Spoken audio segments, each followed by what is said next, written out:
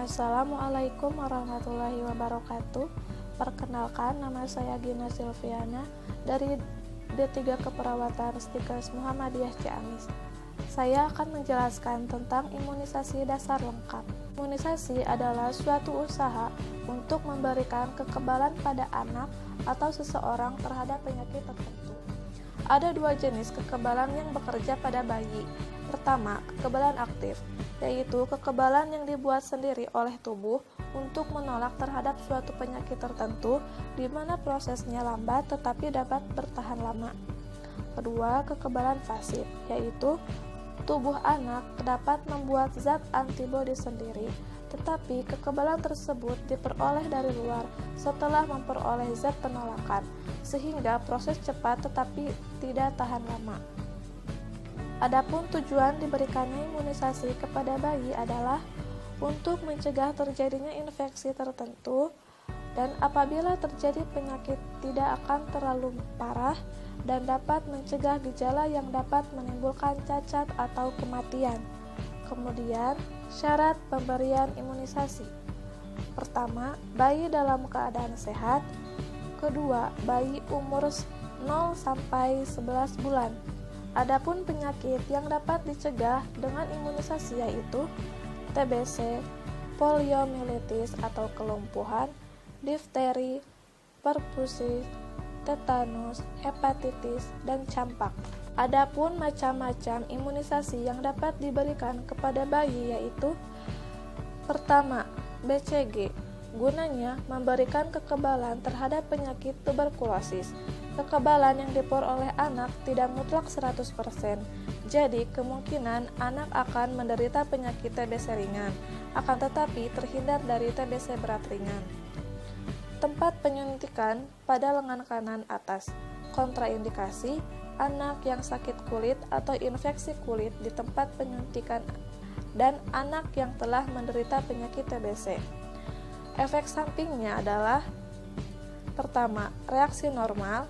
Setelah 2-3 minggu pada tempat penyuntikan akan terjadi pembengkakan kecil berwarna merah, kemudian akan menjadi luka dengan diameter 10 mm. Hal ini perlu diberitahukan kepada ibu agar tidak memberikan apapun pada luka tersebut dan diberikan atau bila ditutup dengan menggunakan kain kasa kering dan bersih. Luka tersebut akan sembuh sendiri dan meninggalkan jaringan parut dengan diameter 5-7 mm. Reaksi berat, kadang-kadang terjadi peradangan setempat yang agak berat yang lebih luas.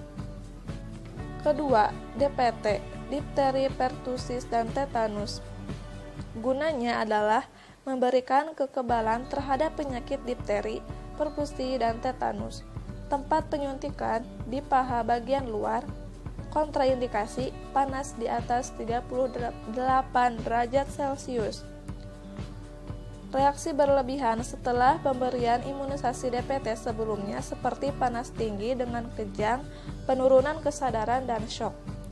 Efek samping, reaksi normal, terjadi pembengkakan dan rasa nyeri pada tempat penyuntikan disertai demam ringan selama 1-2 hari. Pada keadaan pertama atau reaksi lokal, ibu tidak perlu panik sebab panas akan sembuh dan itu berarti kekebalan sudah dimiliki oleh bayi. Kedua, reaksi umum, demam tinggi, kejang, dan syok berat. Pada keadaan kedua, reaksi umum atau reaksi yang lebih berat, sebaiknya ibu konsultasi pada bidan atau dokter. Hepatitis B, gunanya adalah memberikan kekebalan aktif terhadap penyakit hepatitis. Tempat penyuntikan di paha bagian luar. Kontraindikasi tidak ada. Efek samping pada umumnya tidak ada. Keempat, polio, gunanya memberikan kekebalan terhadap penyakit polio. Cara pemberiannya, diteteskan langsung ke dalam mulut 2 tetes. Kontraindikasi, anak menderita diare berat, anak sakit panas. Efek sampingnya, reaksi yang timbul biasanya hampir tidak ada, kalaupun ada hanya berak-berak ringan.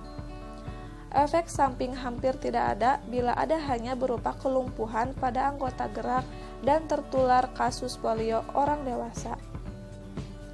Yang terakhir adalah campak. gunanya memberikan kekebalan terhadap penyakit campak. Tempat penyuntikan pada lengan kiri atas, kontraindikasi panas lebih dari 38 derajat Celcius, anak yang sakit parah, anak yang menderita TBC tanpa pengobatan, anak yang defisiensi gizi dalam derajat berat, riwayat kejang demam.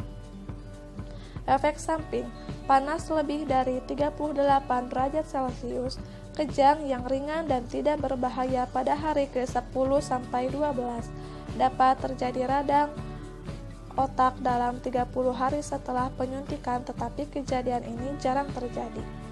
Sekian yang dapat saya sampaikan, semoga bermanfaat. Wassalamualaikum warahmatullahi wabarakatuh.